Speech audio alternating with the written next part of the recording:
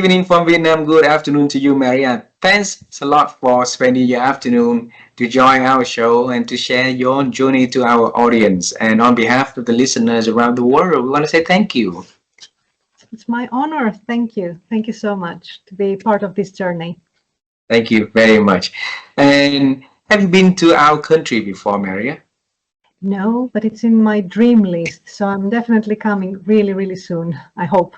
Yes. Now you have a new friend, new family here. So if you come, you let us know and we'll be so happy to take you around town, okay? Oh, thank you. Absolutely. Thank you. Thank you.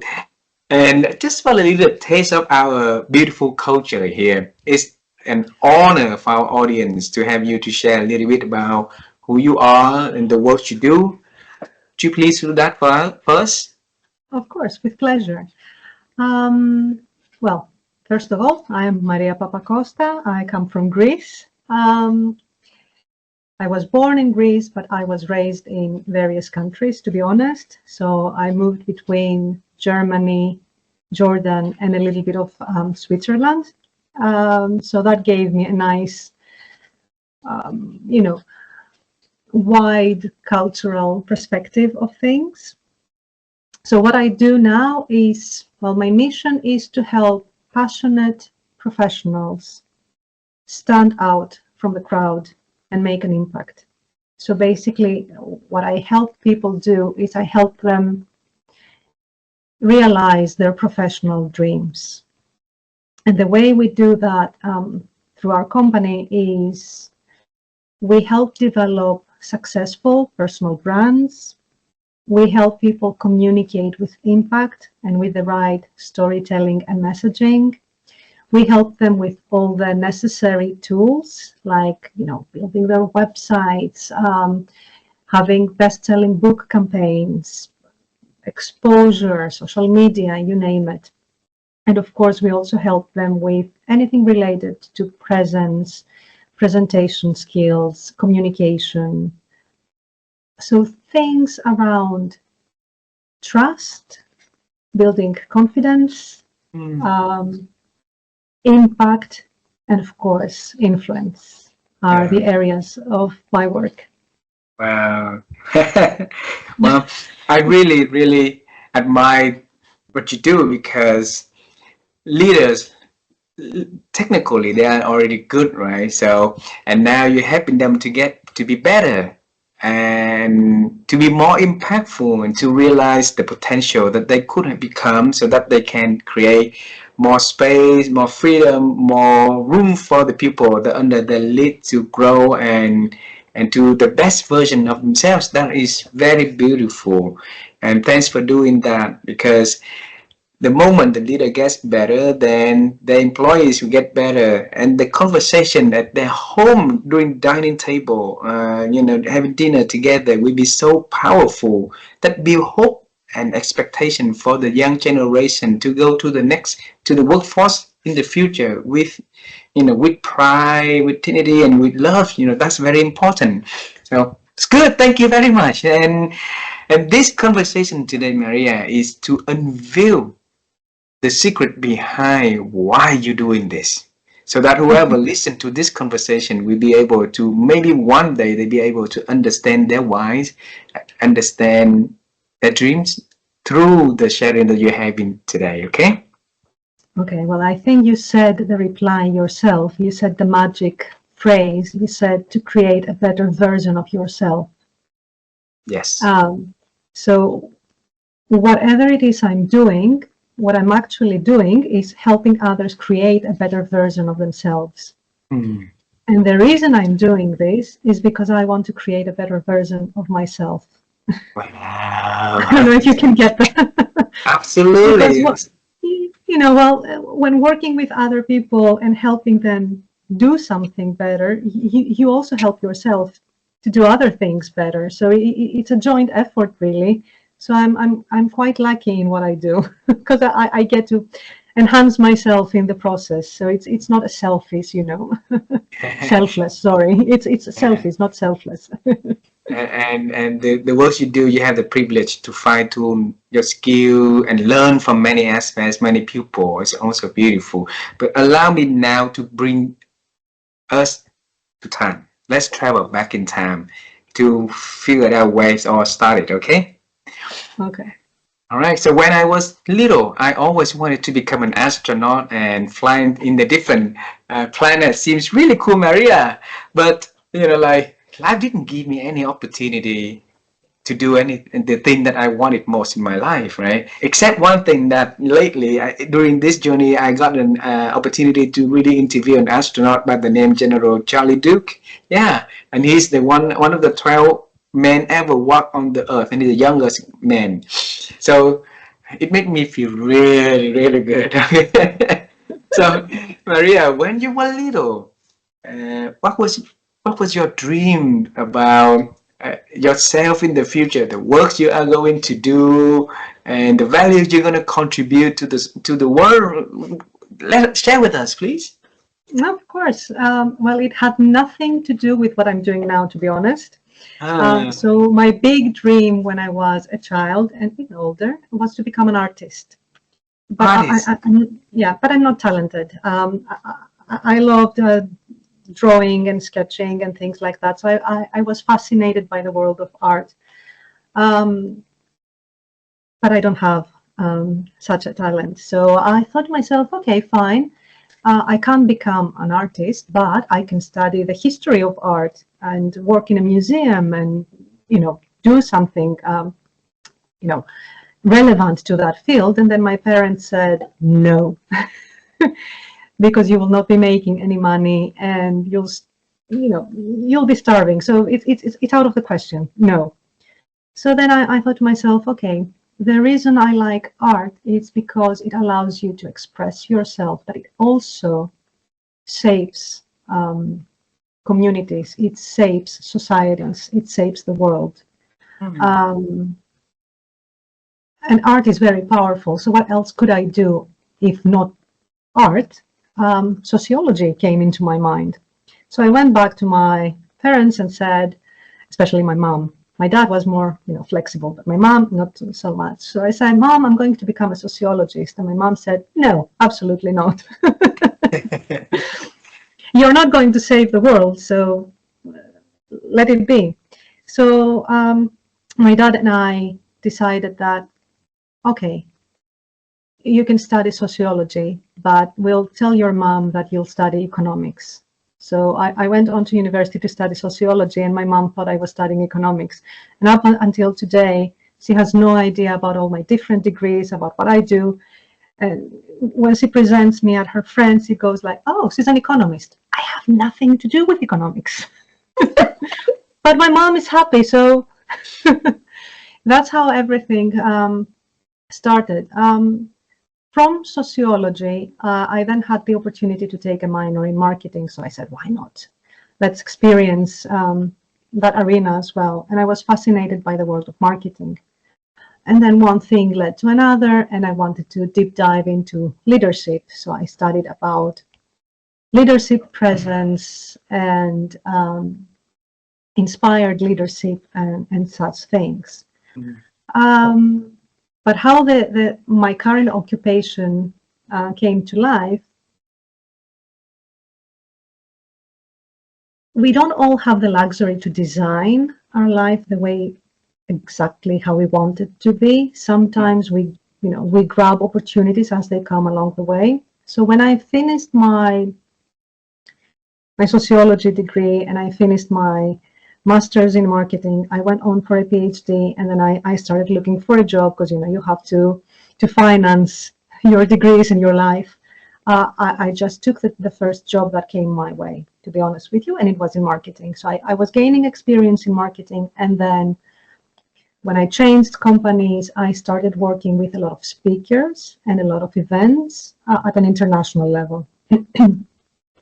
And that's when I started to become more fascinated with concepts like impact, influence, how you stand out from the crowd. I was very, very impressed by all the leaders I met in my life and how easy they made it seem when they were standing, under the spotlight on a stage, expressing their big ideas. And I would think to myself, this is something that I admire. It's something that I will never do in my life because I'm shy and I'm introvert at the same time. I'll tell you about that. And I got curious. I thought to myself, well, if they can do it, maybe other people can do it, but they don't know how. And I started digging a little bit deeper.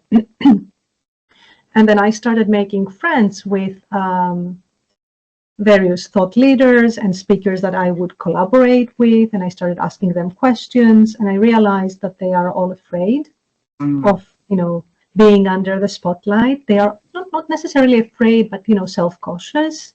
They would always ask me, how did I go? Was I okay? Was I good enough? Did you read my latest article? What did you think about it? So they have this, let's call it insecurity. And I realized that it's not just me, it's everyone on this planet who is afraid of certain things, and that's okay. And then these close collaboration with speakers, I also became a speaker agent sometime in my life, selling speakers for events. So my background, my degrees, my professional experience within organizations, I've been through marketing, HR, and different functions, and these relationships with speakers, I said to myself, this is what I want to do, finally. It took me some time. I want to help people communicate. I want to help people express themselves, and I want to help people build this better version of themselves, which is the personal brand part. And that's how everything really happened. Wow.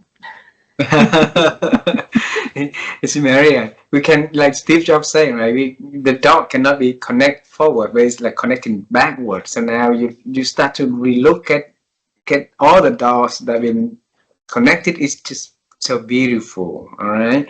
So allow me just ask a bizarre question, okay? Just in case that, if long ago your dad decided to follow your mom and say, Maria, you study economics, not sociology, or how would that change the trajectory of your life, Maria? Ever thought of that? Well, I think I would be a horrible economist to start with. I don't think I would be able to find any job, let alone get a degree in economics, because it's something way outside my zone of genius or my likings or interests. But I think in life, the ones who are curious about themselves and about how things work around them, they always find a way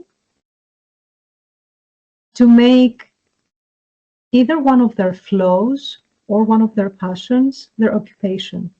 It's something like we say, you become a psychologist because you have certain psychological issues yourself that you want to deal with. We end up writing the book that we want to read in the first place. So we end up living a life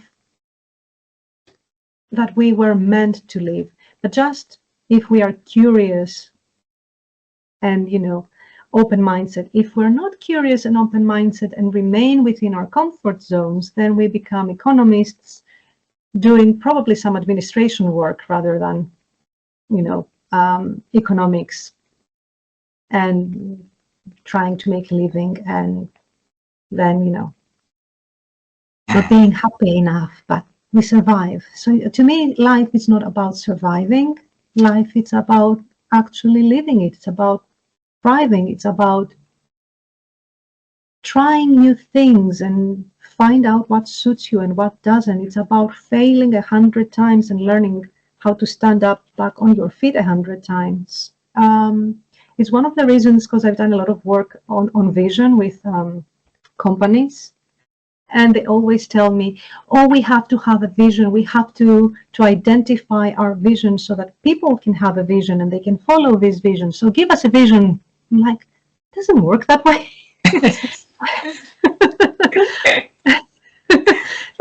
well, I don't have a magic wand. This is your vision, go. But I'm also against this pressure that you need to have a vision. It's not that easy, and it's, you know, it's quite, it's a lot of pressure. Sometimes you just need to allow yourself to experiment with things. You just need to allow yourself the time to have discussions, to have ideas, to test things and see how they go, and then decide on your vision. And vision cannot be something static. It changes over time as well. So I've done many different occupations in my life trying to end up with something that truly makes me happy, that I feel that I'm really good at, and I can see the results of my work with my clients. But not everything starts with a clear-cut vision, actually. Wow. Allow me to bring that, you to see that little Maria, introverted Maria, curious about the world, loving arts because you want to change the world. You want to use the impact of the power of arts to change the world, right? And living in a practical world like this, it's pretty awkward from time to time for that little introverted Maria. So how's a day typically look like for you when you were young? Oh, well, I didn't have many friends, to be honest with you, because we would move around this country, so it was really, really difficult for me to socialize. I didn't mind, to be honest with you, and I still don't mind about, you know, that childhood experience. My daily life was, well, school or homeschooling or whatever the period was, and a lot of reading, to be honest with you. So my dad used to have this big library at home, and I would always, you know, stare at the books. And at a certain age, I think I was in high school, not very young, not very old. I said to myself, well, I can't go out with any friends, I don't have many. I don't really like television. I'm fed up with drawing dragons because I love drawing dragons and fairies. I need to find something to occupy myself, otherwise I'll go crazy. So I picked a book from the library, and it was Crime and Punishment, Dostoevsky. Not a good read for a first-time reader, by the way. So I said, fine, I'll start reading books. And I started reading this book, and I couldn't understand half of the things the book had in it. I was too young. And I finished the book, and I was so impressed. I was so, it felt as if I've watched the best movie in the world, but I still had gaps. So after a few days, I took the book again and I reread it, trying to understand. And I still remember that first page of the book. I must have read it 100 times to understand what was going on. It was so difficult for me to understand the book. Wow. But that was a life-changing experience because I had a full bookcase, you know, of books at home, and my days were filled with reading. A lot of books. Yeah. And I was also, because I was shy and introverted, which, by the way, the myth is that if you're shy and introverted, you're quiet, you're not fun, you stay a lot at home. That's just a myth. We are normal people, by the way. We just need to, you know, we need certain things. The power I had as a child is that because I was quiet back then, I'm not quiet anymore, hence I'm with you. I would observe people a lot. And that became a great asset today with my current job, because I can understand people far better than if, you know, I was louder, if I was talking more than listening more. So that became a strength rather than a weakness. Beautiful, beautiful. I think, let alone the first page you read 100 times to make sense of it. is really, really courageous for you to make sense of things, because like not a regular person maybe read it once, doesn't know about it, we just threw the book away, or maybe try it the second time, third time, but you really go into the end of it and then start to build that love right there. That's really, really important. And that ability to observe the situation, and have the curiosity to run in the background, it make it really powerful. So I want to bring you to the moment that you sit in the event company and you saw a lot of international speakers standing on the stage and talks about that. I want to pick you at that moment. What's running in your head back then with that observation and letting curiosity running in your mind? Yeah, a lot of whys, a lot of what, a lot of how. But because I'm curious, I would ask every single question to them, every silly question you can think of, like why did you say that, and why did you say that this way, and what did you do to prepare for this talk, and how did you feel before the talk, and how do you feel during the talk, and how do you feel after the talk? And well, everyone was kind enough to provide the answers, basically.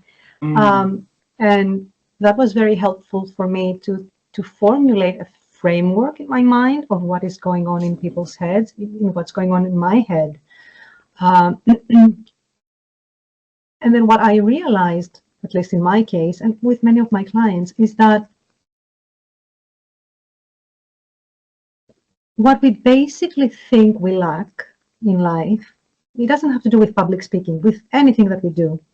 We think we lack confidence. And the words we say to ourselves are things like, oh, I'm a shy person, or I'm an introvert person, or I'm not confident enough. No, this is not the case. Because the moment you define what it is that you want to do, and you write down the steps that you need to take in order to achieve that goal, and you start taking those small steps, you start doing things outside of your comfort zone slowly, right? So let's take the example of public speaking. In my case, with my current occupation at least, I wanted to experience how my clients feel firsthand, and I also wanted to communicate my messages. So I knew that I had to become a speaker myself, right? So what I said, I initially told myself that I'm not confident enough, I'm shy, and I'm an introvert. Fine, let's deal with it. I have to do it. End of story, right? I'm curious and I have to find a way to do it. The fact that I'm an introvert, the only problem that creates is that I'm not good with socializing with people that I don't know. Can you overcome that? Sure. If you treat it like a job, like a task, something that you have to do to get this done, yes, you can treat it. Because when you meet strangers, they're not necessarily your friends. You just need to socialize with them at this particular event, and maybe you'll be lucky enough to make some new friends. So it's not the end of the world. So done. I don't care that I'm an introvert. Number two, I'm shy. Yes, I'm shy. So what? Am I going to let that stop me? I said no. The more you try something, the more you gain experience in something, and sometimes the harder you fall down, the best it is to avoid this I'm shy. So I started doing things slowly, incrementally, right? And then I said to myself, I'm not shy anymore. I can do anything I want. Off the box. What was the third one? I'm not confident enough. Confidence is built by doing things. So the moment you start trying things, knowing that you're not, the greatest one on earth, it's absolutely fine. You just have to learn to crawl before you learn to walk. So that's what I told myself. And then I found myself actually walking and then running marathons. Well, not literally, metaphorically. I'm not good with athletics.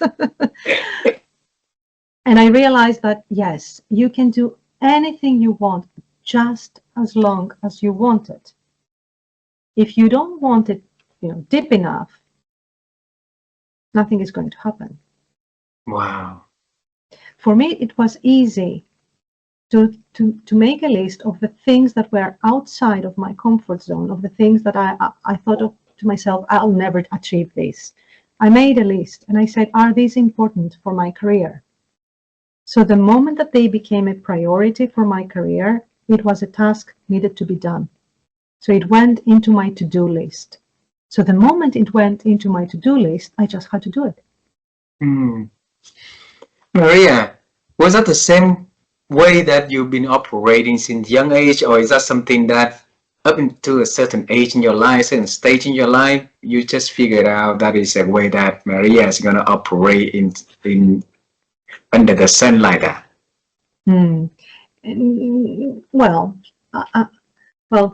I would love to have the experience I have today when I was 20 years old, but it doesn't work that way, okay? Plus, when I was an employee, we had the carrot and the stick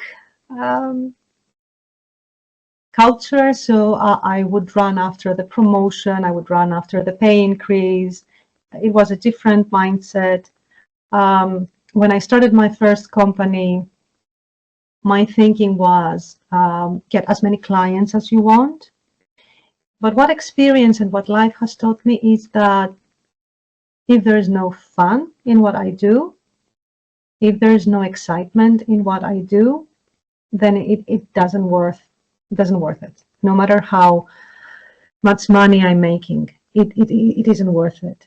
And likewise, it is very, very important, and I think this applies to every entrepreneur or solopreneur or whatever. It is very, very important to reach a stage where you can actually select your clients. You don't want everyone to become your client. You need to reach a stage that you can actually screen and say, yes, you're the kind of client that I want to work with, because our values align, because we can communicate, because you have the passion that I want you to have, because we can work together. That makes such a big difference, and it helps you also keep your focus. Otherwise, you spread thin to too many places. How did you come to that huge realization, Maria?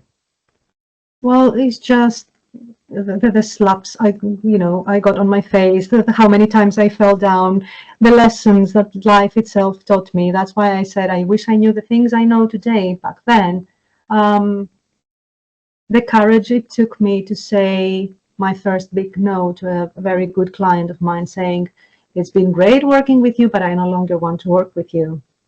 I don't like the way you express yourself. I don't like the way you see the world. Our values are not aligned. And I've reached an age and a stage in my life when I want to do things my way. I don't want to compromise who I am for the sake of business. But this cannot happen when you're 20 years old. This cannot happen when you build your first company and you're eager to have clients. It would be phenomenal and lovely, but it doesn't really work that way when you're under pressure that you have to pay the bills and you have to find a client. You're not being selective at the beginning. You have to grow and reach a stage to achieve that. And you have to be good enough to have that many replacement on the line, so that you with confidence to say no to certain people, like you said earlier, right? So tell me, for an introverted, curious lady, and with the mind of always trying to help people to get better, and now she sat there, talked to the person in the face, and say, I'm not servicing you anymore. I'm going to service somebody else, but not you. How did it feel for you? Okay, I still remember that time. The reason I rejected that client was because actually it was a woman. She was very, very rude with my team members. She was kind to me, But with my team members, he was very, very rude. And I soon realized that, our values did not align and things like that. So I said to myself, it isn't worth it. My team is not happy. I'm not happy. Basically, we don't want your money. Let's put it this way. So the moment we finished the big project, and the client was very, very excited, and she was thanking me, and it was, a good positive moment. And then I ruined all this good positive moment by saying, thank you, but please don't ever call me again. And the moment I said those words, my knees were trembling, my voice was trembling, my heart was going like this, because I'm a people pleaser. I always say yes. I find it hard to say no. And I was terrified. But when I left the meeting room, I was so happy. I was so powerful. I was so excited. I was like, oh, yes. So it's a combination of feelings, really. And I'm proud of that moment. And I wish that for the remaining of my career, I will keep up this promise to be true to myself. I think not only that you help yourself and your team, you also help that particular client to relook at her behaviors and the way that she showed up in life also. So it's a good, that no turned out to be a good for everything, for a yes, for new opportunity for everybody. So, yeah. Maria, I'm not sure if anyone ever tell you this, okay? But the artist inside of you is still there. It's still there. No, yeah, of course. because it's not that you are drawing or sketching, but now you are using that ability to drawing and sketching on piece of paper become an idea of stories, right? And then you draw and you sketching a framework that lead into what you are doing now through the interview that you had a lot of million questions to those speakers, and they kind enough to answer you. But those ability through the arts the inside of you from young age, you'll be able to draw that into a framework. Okay, I want to bring you to that moment. Okay, the courage, the moment that you had the courage to ask those international speakers, those amazing speakers, to answer your million questions of why and how, what did you ask, they say this, say that, right? For you to come up with a framework. How could you make, form the answers and make a framework that later on is becoming a Northern Stars for you to run your own business?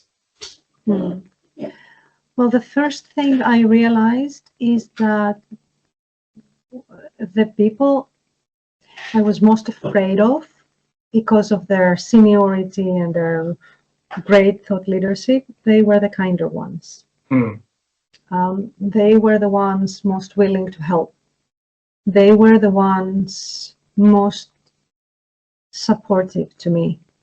The ones who weren't that, I'm trying to put it politely, they weren't that grand, trying to put it politely, but were arrogant and thought of themselves as I'm the best in the world, were the ones with the exact opposite characteristics. The ones not really willing to help or answer your questions, or they would answer you but not authentically. They would just make up things. So the moment I realized that, I thought to myself, okay, whose opinion am I interested in? I'm interested in the opinion of people that I truly admire, not everyone's. So I would focus on that. It wasn't that hard for me to ask them the questions. It didn't really take any courage, to be honest. Because that's who I am.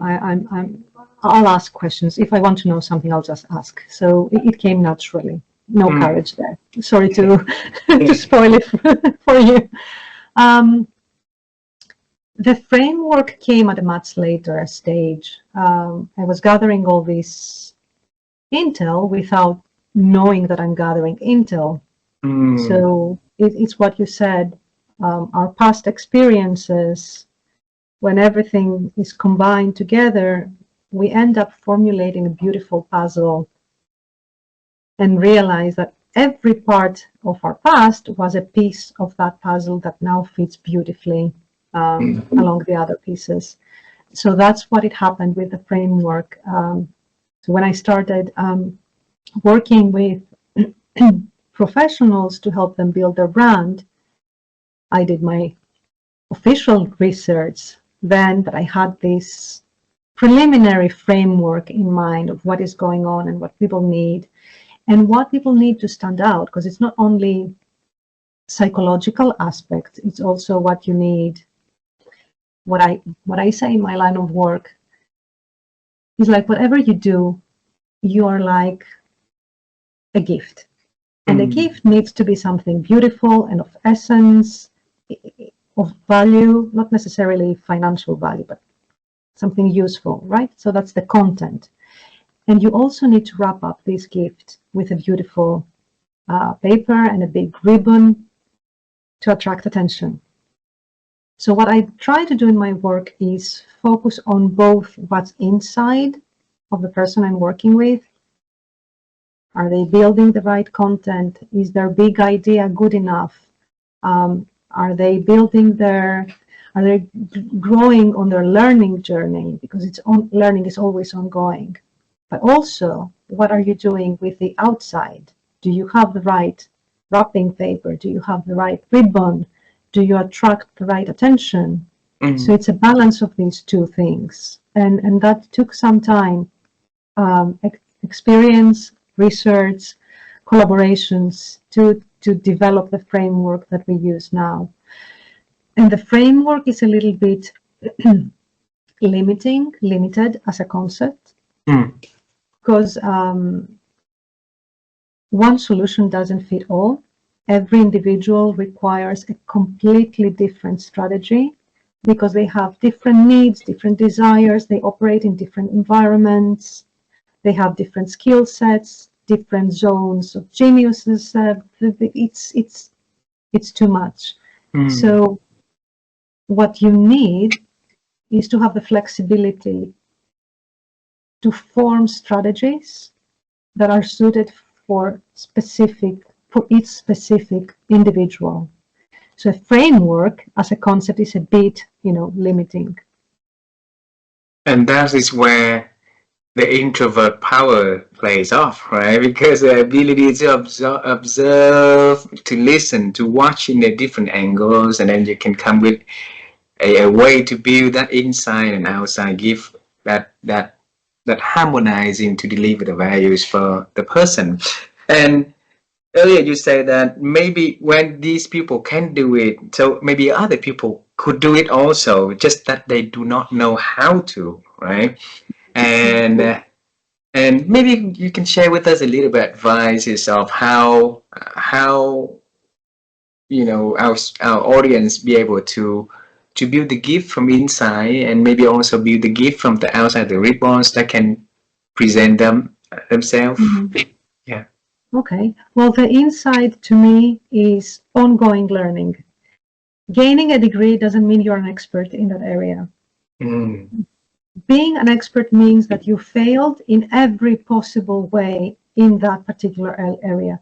And unless you have failed in every possible way in that particular area, you are not allowed to call yourself an expert, according to my opinion.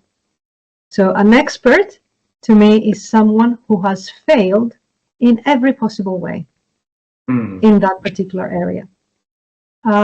So that's the inside, ongoing learning. The outside, it's a set of tools, really, depending on what you want to achieve. So in personal branding, number one for me is how you communicate.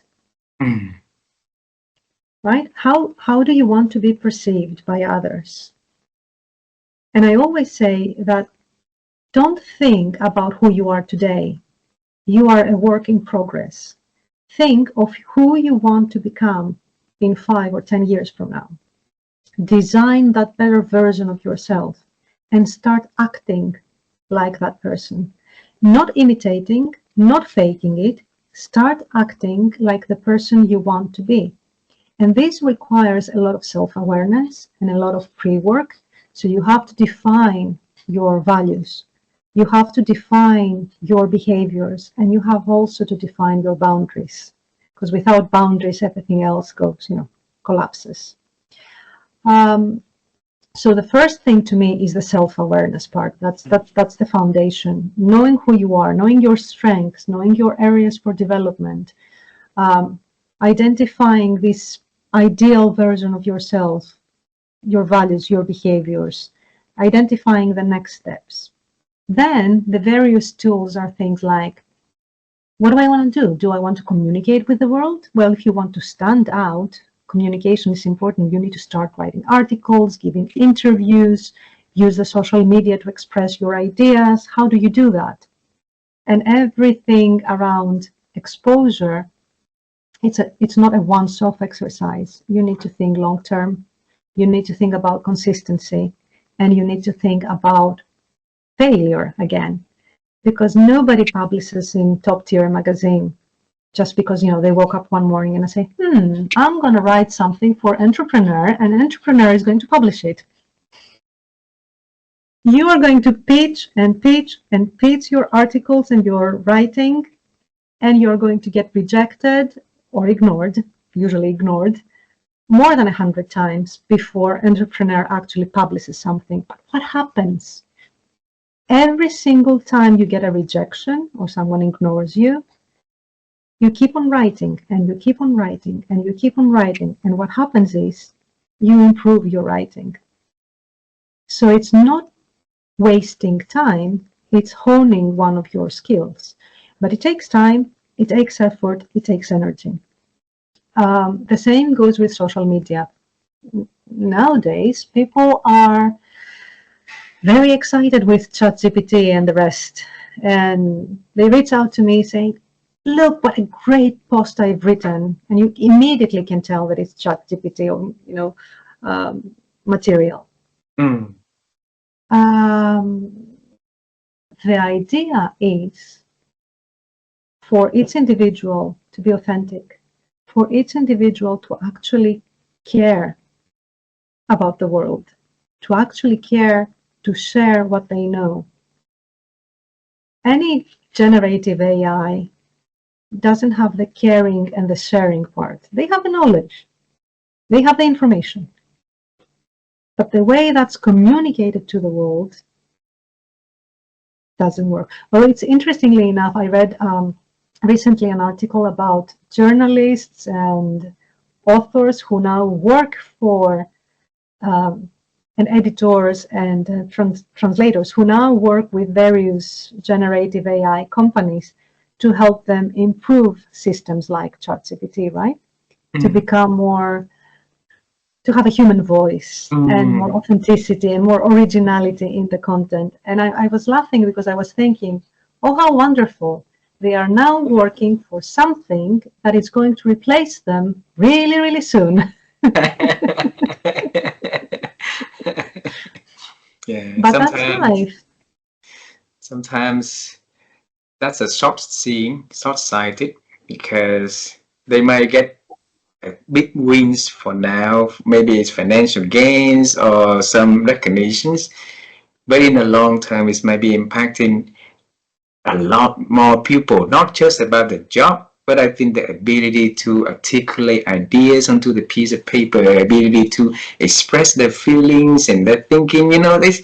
So, and we let machine run the human part of us. What kind of humans you and I gonna become, right? So, yeah. So I'm curious to see, the next couple of years, or how that evolution is gonna become, and it's interesting to see it. Okay, Maria, you mentioned one thing in here that I really want to pick your brain on, and this is something that my wife and I, we've been doing, asking for a long time to so many people, and it's come back to thinking, and that's the word that you use, think, right? We have a feeling that our thinking capability these days has been diminishing for so many reasons. And if by any opportunity that we can ask great people, great thinkers out there, how they operate their thinking, how they expand their thinking, the secrets to their thinking, and hope people can pick up, from those sharings to apply to their lives, then maybe they can change their lives into a better way, and maybe that's how a better version of themselves will happen. Okay, so the question for you, Maria, is how have you been growing your ability to think? Okay, you're not going to like my advice. Well, you will, but the majority of the audience, I'm not sure they're going to like my advice. It's basically three things. One is reading. And by reading, I don't mean scrolling. I mean, get the physical copy of the book and turn the pages and read it slowly and carefully. People nowadays, they ask AI, give me the summary of this book, and they think that they've read the book. They know the story of the book, but they haven't thought about the book. They haven't initiated the brain process. They're not doing any good to themselves. So one is reading. Number two is writing. By writing, I mean, don't necessarily use Word or PowerPoint or whatever it is that you use to draw your ideas. Put a pen in your hand and a piece of paper and design what it is that you want to express, what you want to think, what you want to create. Start writing small paragraphs of ideas. It initiates another part of the brain that helps you further on with thinking. So one is reading, two is writing, and number three is time. And by time, what I mean is devote time to yourself to actually think. So less social media, less Netflix or whatever you're watching. Give yourself the luxury of time on every single day. It doesn't have to be 1 hour. It can be half an hour. But give yourself the luxury to have half an hour of complete, quiet and relaxation, and think, how did my day go? What could I done differently? Why did that person say that thing?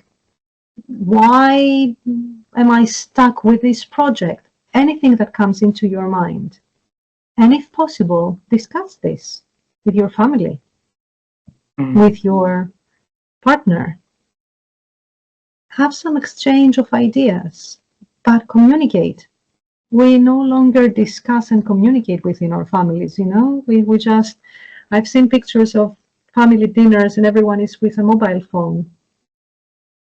So asking the question during dinner, how was your day? What did you do today? But that also helps with our thinking process, believe it or not, although it sounds silly, but so it's reading, writing, and time. That's my advice. Beautiful. All righty. And then you mentioned about asking questions. So I'm just curious, for that little girl for so long, being able to having the curiosity still running so erupted inside of her. How could you keep that curiosity that long and expand that curiosity, Maria? I'm not sure I have an answer for this because it just happened with me. I think, to be honest, that the heroes in the books that I read, they also helped me become more curious. Because, if you read good literature, usually the heroes are people who they care for others, they struggle to do things right, they are curious, they don't give up easily. So the more you dive into the world of literature, you sort of try to imitate those behaviors, you sort of try to become that hero. So maybe reading helped me with the curiosity part, but I'm not sure. Maybe it was a character trait. Maybe it was um, the fact that all my professors were always telling us, especially in leadership, that you have to be curious. You have to be curious. So it was a combination of things. Mm. I noted in here that it takes time, it takes works, it takes energies for us to craft our, be mastery at something. And in the words of instant gratification, like right now, it looks like that patient becoming like really, really hard to do. And you have it inside of you. You have that through reading that first page 100 times. It's already inside of you. Okay, so you work with so many people to build that craft inside of themselves, build the masterpiece for themselves, right? What advice can you have for us in order for us to build the patient muscle a little bit more and stronger? Well, I'll tell you what. I used to work for a consulting firm. So the CEO once, when I started working there, I was showing him the business plan, the marketing plan, we were discussing, and everything I was presenting required a lot of time and energy to see the results. Mm. And at the moment he paused and he asked me, okay, so what's your quick win? That's magic. We do need instant gratification in certain cases. We can't always, expect for the good things to come our way 20 years from now. That's demoralizing. So what we need in life is a balance of things. We need certain quick wins that will boost our morale and will, help us keep on going, and other things that we know will take a lot of time and energy. Their time will come, but you also need the quick wins. So once you design your life, your career, whatever it is, you need to identify what quick wins can I have and what the longer term projects are. So you don't get really, really disappointed. Mm. So for example, with publicity, because many of my clients are worried about publicity, you don't start with the top tier media unless you are really experienced or whatever. You have certain smaller quick wins, other kind of media, other kind of opportunities. And the top tier media are your long-term plans. So you get this instant gratification. Hey, I achieved this. You go, well done. Next step. But you definitely need quick wins in whatever it is you're doing. Beautiful. Few last question for this conversation. You see, we reached an hour already, right there, Maria. Yeah. And earlier you said that that's long time, right? See, a good conversation will lead everywhere, right? I will take you back in time for two period in time and lead into the future. So which one you want to go first, the future or back to the past? Okay, let's start with the past. Okay. Let's say, assuming that if your mom figured out that you took the sociology class, okay, instead of you took the economic class, what would she say to you during your university time? No idea. Yeah, use your imagination. Yeah. I don't think she would be happy at all. I think she'd do everything in her power to change my mind. She would fail. And I think the worst thing that would happen is she would just keep on saying what a lousy decision I took for my life.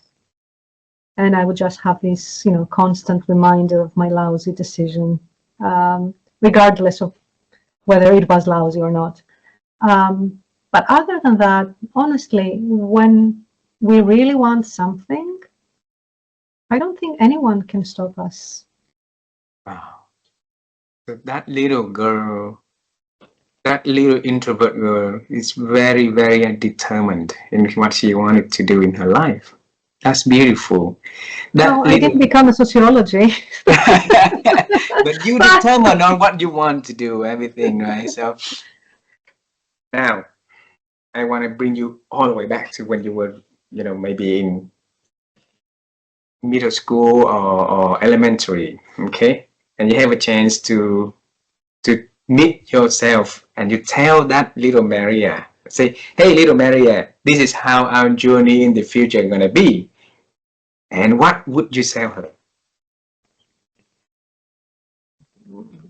I would say keep on being stubborn. Don't change that, but believe in yourself a little bit more. Don't wait, for all the life to go by, for all the experiences to come your way to start believing in yourself. You're just wasting time. The sooner you believe in yourself, the faster you'll be creating wonderful things. You'll be opening doors to amazing opportunities. And it's not that hard to believe in yourself. And at the end of the day, if you don't do it, no one else is going to do it for you. So that would be my advice to little Maria. Wow. And that would be the advice you can give to everyone. Have that sort of belief in ourselves is very important, because if we don't believe in us, who's going to believe in us, right? So thank you for that powerful message. Now let's travel to the future for the, and then this is going to be the last question for this conversation. So you mentioned about the small wins. It's important for now for us to, to think about the long term, right? So what is that on the horizon in the long term that Maria is doing, the thinking, is wanting to do, that she can share with us so that we can celebrate with her in advance? Well, I don't know if it's way off on the horizon. I think it's a little bit closer, but it's my big plan, writing my book.